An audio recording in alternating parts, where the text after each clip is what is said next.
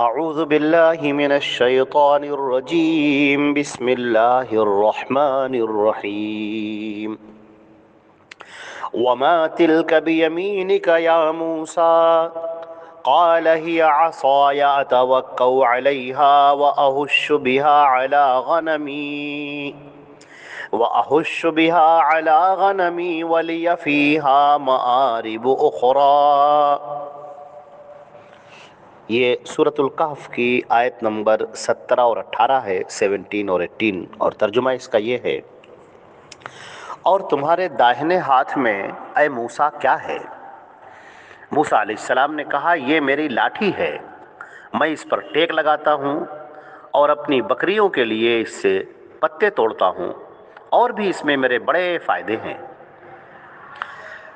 اس سے پہلے کی جو آیات تھیں جن کے اندر حضرت موسیٰ علیہ السلام کا تذکرہ ہوا تھا کہ کوہ طور پر حضرت موسیٰ علیہ السلام پہنچ گئے، ایک روشنی سی دیکھی انہوں نے اور اسی کی تلاش میں وہ اوپر جا پہنچے، اور وہاں پر اللہ رب العزت نے ان کو ندا دی، ان کو پکارا اور ان سے گفتگو فرمائی، اور ان کو یہ بتایا کہ تمہیں نبی بنایا جا رہا ہے، لہٰذا تم وحی کو سنو۔ اور جو احکامات تھے وہ اس سے پہلے کی آیات کی تفسیر میں گزر چکے ہیں۔ اب یہاں پر دیکھیے، جب نبی بنا دیا اللہ رب العزت نے اور ان کو بتا دیا اور کچھ احکامات دے دیے، اب اللہ رب العزت سوال کر رہے ہیں حضرت موسیٰ علیہ السلام سے، یا موسیٰ، اے موسیٰ۔ اس کے اندر انتہائی لطف ہے، انتہائی محبت ہے کہ کیسے نام لے کر پکارا جا رہا ہے، اور حضرت موسیٰ علیہ السلام کا کیا عالم ہوا ہوگا، کیا وارفتگی ہوئی ہوگی ان کے اوپر، جس طرح سے اللہ رب العزت نے ان کا نام لے کر ان سے پوچھا کہ اے موسیٰ، وما تلک بیمینک، تمہارے داہنے ہاتھ میں کیا ہے؟ یہ کیا لیے ہوئے ہو تم داہنے ہاتھ میں؟ اس سے مقصد کیا ہے؟ حضرت موسیٰ علیہ السلام کو تسلی ہو جائے، اور ایک جو ان کے اوپر رعب کی ایک کیفیت طاری ہے، ایک گھبراہٹ کی کیفیت طاری ہے، اللہ رب العزت سے گفتگو کرتے وقت ان کا جو دل جو بالکل دھڑکا جا رہا ہے اور ان کے ہوش بالکل گم ہوئے جا رہے ہیں، کتنی کوئی آسان بات نہیں ہے۔ اللہ رب العزت اپنے بندے کو براہ راست خطاب کر رہا ہے اور اس سے بات کر رہا ہے، اور وہ اس کی آواز کو سن رہے ہیں، اور پھر وہ اس آواز کی لذت کا کیا کہنا۔ اللہ اکبر۔ حضرت موسیٰ علیہ السلام سے اللہ جل جلالہ جل شانہ سوال کر رہے ہیں، موسیٰ تمہارے داہنے ہاتھ میں کیا ہے؟ اب یہ سوال کیوں کیا گیا؟ مفسرین نے اس کے بارے میں لکھا ہے کہ ایک تو سوال اس لیے کیا گیا تاکہ اب کچھ بتایا جائے، کیونکہ اللہ تبارک و تعالیٰ تو سب جانتے ہیں کہ ہاتھ میں کیا ہے، موسیٰ بھی جانتے ہیں کہ میرے ہاتھ میں لاٹھی ہے، میں اپنے ہاتھ میں لاٹھی پکڑے ہوئے ہوں، لیکن اللہ تبارک و تعالیٰ پوچھ رہے ہیں تاکہ موسیٰ کو یہ یقین ہو جائے، اب بعد میں جو ان کو معجزہ دکھایا جائے گا تو اس پر ان کو پورا یقین ہو جائے کہ یہ میرے ہاتھ میں لاٹھی ہے، میری ہی لاٹھی ہے۔ لہٰذا اللہ تعالیٰ پوچھ رہے ہیں کہ اے موسیٰ تمہارے داہنے ہاتھ میں کیا ہے، کیا چیز تم پکڑے ہوئے ہو؟ تو وہ کہتے ہیں قال ہی عصای، انہوں نے کہا کہ یہ میری لاٹھی ہے، یہ میرا ڈنڈا ہے، لاٹھی ہے جو میں لے کر چلتا ہوں۔ اور پھر اب آگے چونکہ اللہ رب العزت خطاب کر رہے ہیں تو دل مچل رہا ہے، گفتگو بار بار زیادہ سے زیادہ بات کرنے کا دل کر رہا ہے، اور یہ ایک عجیب شوق کا عالم ان کے اوپر طاری ہے، محبت کا عالم ان کے اوپر طاری ہے، وارفتگی کا عالم ان کے اوپر طاری ہے۔ لہٰذا وہ اپنی بات کو اور دراز کرتے ہیں، خالی اتنے جواب پر اکتفا نہیں کرتے کہ میرے ہاتھ میں لاٹھی ہے، وہ کہتے ہیں اتوکا علیہا، میں اس پر ٹیک لگا لیتا ہوں، واہش بہا علی غنمی، اور اپنی بکریوں کے لیے شاخ سے پتے توڑ لیتا ہوں۔ اور اب یہاں پر ان کو احساس ہو رہا ہے کہ میں نے شاید کچھ زیادہ بات کر لی، میں نے اپنی گفتگو کو تھوڑی سی دراز کر دی، اور یہ ادب کے کہیں خلاف نہ ہو جائے، لہٰذا فوراً اپنی بات کو سمیٹتے ہیں اور کہتے ہیں وَلِيَ فِيهَا مَآرِبُ أُخْرَىٰ، اور اس کے اندر میرے اور بھی بڑے فائدے ہیں۔ یہ موسیٰ علیہ السلام کا یہ گفتگو کرنا اور ان کا یہ بتانا کہ میں اس پر ٹیک لگاتا ہوں، میں اس سے اپنی بکریوں کے لیے پتے توڑتا ہوں، اور اس کے اندر میرے اور بھی بڑے فائدے ہیں، مفسرین نے لکھا ہے کہ یہ اس لیے ہے کہ موسیٰ اس شوق میں کہ اللہ سے کلام تھوڑا سا طویل ہو جائے، تھوڑا دراز ہو جائے، اس لیے یہ باتیں بیان کی۔ ورنہ اور بھی بڑے فائدے ہیں۔ اچھا مجھے یاد آیا کہ لاٹھی کے فائدے پر، یعنی اس عصا کے کیا فائدے ہیں، لاٹھی کے کیا فائدے ہیں، جاہز نے ایک کتاب لکھی ہے پوری کتاب العصا، یعنی اس میں اس نے لاٹھی کے فائدے گنائے ہیں کہ لاٹھی کے کیا فائدے ہیں، کہ اس سے سانپ بھی مارا جاتا ہے اور اس سے اور دنیا مطلب کہ بہت جہان کے فائدے، اس کے اندر اس نے پوری طویل بڑی کتاب، پوری کتاب لکھ ڈالی اس کے اوپر کہ لاٹھی کے کیا فائدے ہیں۔ لیکن ہم یہاں پر دیکھتے ہیں کہ اللہ رب العزت حضرت موسیٰ علیہ السلام کو اب معجزہ دکھانے والے ہیں، کیونکہ حضرت موسیٰ کو جانا ہے فرعون کے پاس، فرعون کے لوگوں کے پاس، اور اس وقت جادوگری کا ایک چرچا ہے، پورے اس وقت کا پورا مصر جو ہے وہ جادوگری کا ایک ہب بنا ہوا ہے، ایک پورا مرکز بنا ہوا ہے، بڑے بڑے جادوگر وہاں پر اکٹھا ہیں اور جادوگری اپنے زوروں پر ہے۔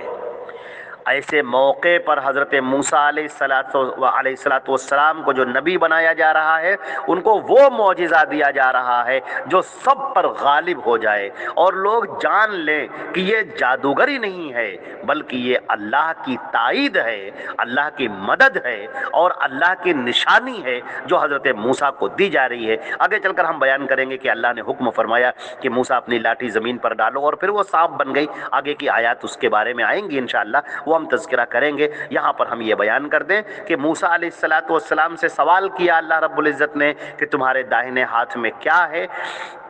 اس سے یہ بھی معلوم ہوا کہ اپنے اچھا کام، عمدہ کام داہنے ہاتھ سے کرنا چاہیے۔ اللہ کے پیارے رسول صلی اللہ علیہ وسلم کے بارے میں صحابہ کرام بیان کرتے ہیں، کانا یحب التیامن فی کل شیء حتی فی ترعلہ و ترجلہ، کہ اللہ کے پیارے رسول حضرت محمد مصطفیٰ صلی اللہ علیہ وسلم اپنے سارے کام جو عمدہ اور اچھے کام ہوتے ہیں وہ داہنی طرف سے کرنا پسند کرتے تھے، یہاں تک کہ کنگھا کرنا ہو یا پیروں میں جوتے پہننا ہو تو بھی وہ داہنی طرف سے کرنا پسند کرتے تھے۔ تو اس سے معلوم یہ ہوا کہ ہمیں داہنی طرف سے شروعات کرنی چاہیے، داہنی طرف سے اپنے کام کا آغاز کرنا چاہیے، یہاں تک کہ کھانے اور پینے کے بارے میں بھی داہنے ہاتھ کا استعمال کرنا چاہیے، بلکہ اس کے بارے میں تو نبی کریم صلی اللہ علیہ وسلم نے انتہائی تاکید فرمائی ہے کہ داہنی طرف سے اپنے شروع کیا جائے۔ نبی کریم صلی اللہ علیہ وسلم ایک مرتبہ دسترخوان پر بیٹھے ہوئے تھے کہ اچانک ایک شخص دوڑتا، ایک چھوٹا سا بچہ تھا دوڑتا ہوا سا، وہ آیا اور کھانے لگا، آپ نے اس کا ہاتھ پکڑ لیا فوراً، اور آپ نے فرمایا لوگوں سے کہ دیکھو اس کو شیطان لا رہا تھا تاکہ اس کھانے کو یہ لے، اور چونکہ بچہ ہے کوئی اس کو روکے گا نہیں، لہذا اس میں سے وہ لے گا اور وہ کھا کر موٹا ہوگا شیطان۔ تو نبی کریم صلی اللہ علیہ وسلم نے فرمایا سم اللہ وکل مما یلیہ، کہ میرے بچے، کسی بچے کو سکھاتے ہوئے آپ نے کہا کہ میرے بچے تم اللہ کا نام لو اور اپنے سامنے سے کھانا کھاؤ۔ تو داہنے ہاتھ سے کھانا، نبی کریم صلی اللہ علیہ وسلم کے بارے میں ایک اور روایت ہے جو بہت ہی مشہور ہے، وہ ایک صاحب تھے جو نبی کریم صلی اللہ علیہ وسلم کے سامنے بائیں ہاتھ سے کھانا کھا رہے تھے۔ اللہ کے رسول صلی اللہ علیہ وسلم نے کہا کہ کل بھی یمینک، داہنے ہاتھ سے کھانا کھاؤ، داہنے ہاتھ کا استعمال کرو۔ انہوں نے کہا لا استطیع، میں نہیں کر سکتا۔ اس بات پر اللہ کے رسول صلی اللہ علیہ وسلم اس قدر غضبناک ہوئے کہ آپ کے منہ سے نکل گیا، آپ نے فرمایا لاستطعت، نہ کر سکو تم، نہ کر سکو تم۔ یہ جو الفاظ نبی کے جو نکلے ہیں منہ سے، اس کے بعد زندگی بھر اس کا ہاتھ، داہنا ہاتھ اس کے منہ تک نہیں گیا۔ معلوم یہ ہوا آج ہم لوگ بہت لاپرواہی کرتے ہیں،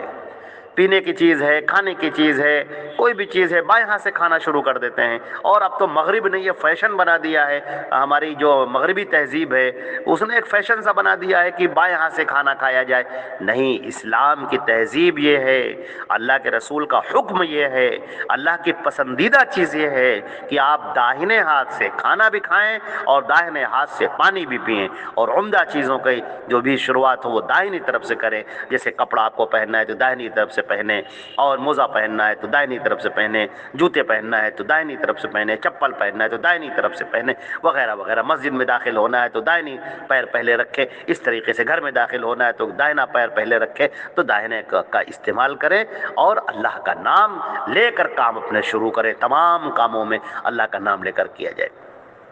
تو بہرحال اللہ رب العزت پوچھتے ہیں کہ موسیٰ تمہارے داہنے ہاتھ میں کیا ہے، اور وہ کہتے ہیں کہ یہ ایک لاٹھی ہے، میں اس پر ٹیک لگاتا ہوں، میں اس سے پتے توڑتا ہوں۔ یہ اس میں حشہ کا لفظ استعمال کیا گیا ہے، وَأَحُشُّ بِهَا عَلَىٰ غَنَمِي۔ حشہ کہتے ہیں جیسے کوئی درخت لگا ہوا ہو اور اس پر لاٹھی ماری جائے کہ پتے گر